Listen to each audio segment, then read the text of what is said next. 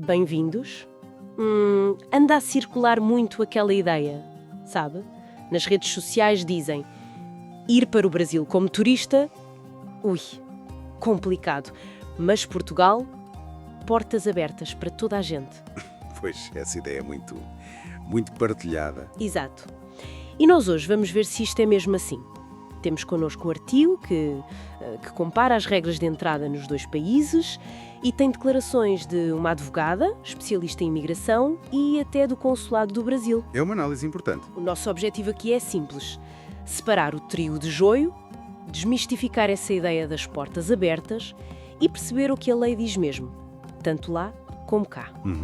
Porque essa comparação, assim, tão direta, muitas vezes esquece detalhes cruciais. A própria publicação viral já falava das exigências no Brasil, não é? Sim, mencionava o comprovativo de dinheiro, o bilhete de volta. Exato. E o risco de a Polícia Federal não deixar entrar. E isso, de facto, corresponde à lei, à prática deles. Portanto, para ir ao Brasil, mesmo numa visita curta, tipo turismo, até 90 dias, sem querer ficar, não é só aparecer. Não, de todo. As regras são mesmo claras. E atenção, uma coisa importante. Mesmo quem não precise de visto para entrar no Brasil, por causa daqueles acordos de reciprocidade, por exemplo, isso não garante a entrada. Isso é um ponto-chave. Sem dúvida. O Consulado do Brasil em Lisboa deixou isso bem claro no artigo. A decisão final, na fronteira, é sempre da Polícia Federal. São eles que verificam se a pessoa cumpre os requisitos da Lei de Migração. Que são? Basicamente, ter dinheiro para sustentar durante a visita, prova de onde vai ficar e a passagem de regresso. A isenção de visto ajuda, claro, mas não é um passe livre automático. Percebo. A decisão na fronteira é soberana. E agora, olhando para Portugal, é aqui que entra a tal ideia da porta aberta. Será que a conversa é assim, tão diferente? Bem, a primeira coisa a dizer é que Portugal pertence ao espaço Schengen. E isso dita muitas das regras. Certo. Para quem é cidadão da União Europeia, sim, a coisa é bastante simples.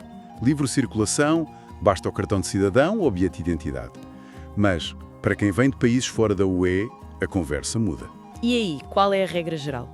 A regra geral é que precisam de um visto Schengen para visitas curtas, aquelas até 90 dias, num período de 180. Mas espera, há muitos países, incluindo o Brasil, que têm isenção desse visto para turismo em Portugal e no espaço Schengen, não é? Tem, sim.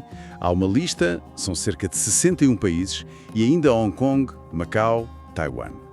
Os cidadãos desses locais não precisam de pedir visto antes para virem de turismo. Então, talvez seja daí que vem a ideia da facilidade. Pode ser, mas, e aqui é que se desfaz parte do mito, estar isento de visto não quer dizer que não haja controle na fronteira, ou que não seja preciso apresentar documentos. O controle existe. E que documentos é que podem pedir na fronteira portuguesa, mesmo a quem tem isenção de visto? É parecido com o Brasil? Olha, é bastante parecido. Pedem o passaporte válido, claro, e tem de ter validade para lá da estadia prevista, pelo menos mais 3 meses. Ok. Depois, o comprovativo da viagem, de ida e volta. Um seguro médico de viagem, que cubra despesas médicas no espaço Schengen.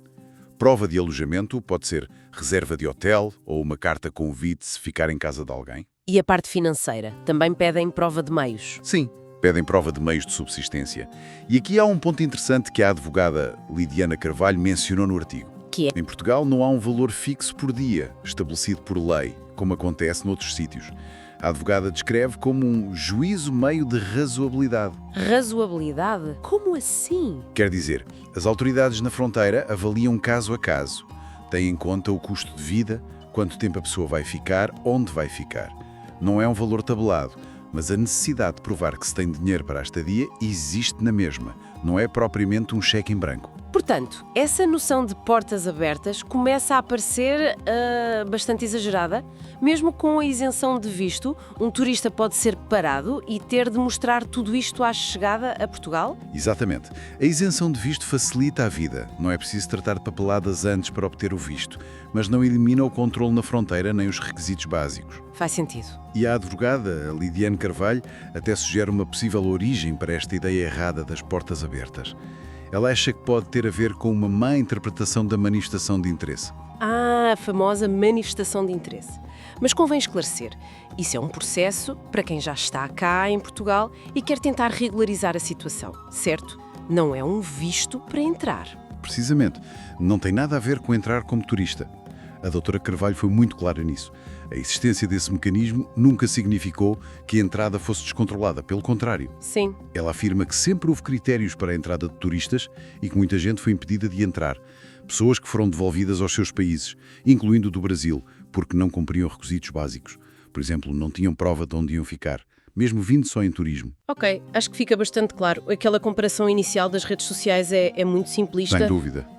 Ambos os países têm sistemas de controlo, têm requisitos definidos para quem entra como turista. Portanto, não há um contraste assim tão radical. Não. Essa narrativa ignora completamente as regras do espaço Schengen que Portugal teria de aplicar. Há controle fronteiriço nos dois lados. Pedem-se documentos, comprovativos financeiros, de viagem. As regras específicas podem variar um pouco, claro, mas a existência de regras é comum aos dois. Parece-me que podemos concluir então que falar em portas abertas em Portugal para turistas é basicamente ignorar a lei e o que acontece na prática nas fronteiras. Os requisitos existem e são verificados. Em resumo, é isso. Controlos de fronteira, exigências de documentos, são a norma. Seja no Brasil, seja em Portugal ou no resto do espaço Schengen, independentemente das isenções de visto ou do que se ouve dizer por aí. E fica aqui, talvez, uma última questão para pensarmos, pegando na ideia da reciprocidade que foi mencionada a propósito das isenções de visto. Até que ponto é que as regras que um país impõe a quem o visita podem acabar por influenciar a forma como os seus próprios cidadãos são vistos e recebidos quando viajam para outros países? Fica a reflexão. Por hoje é tudo. Até à próxima.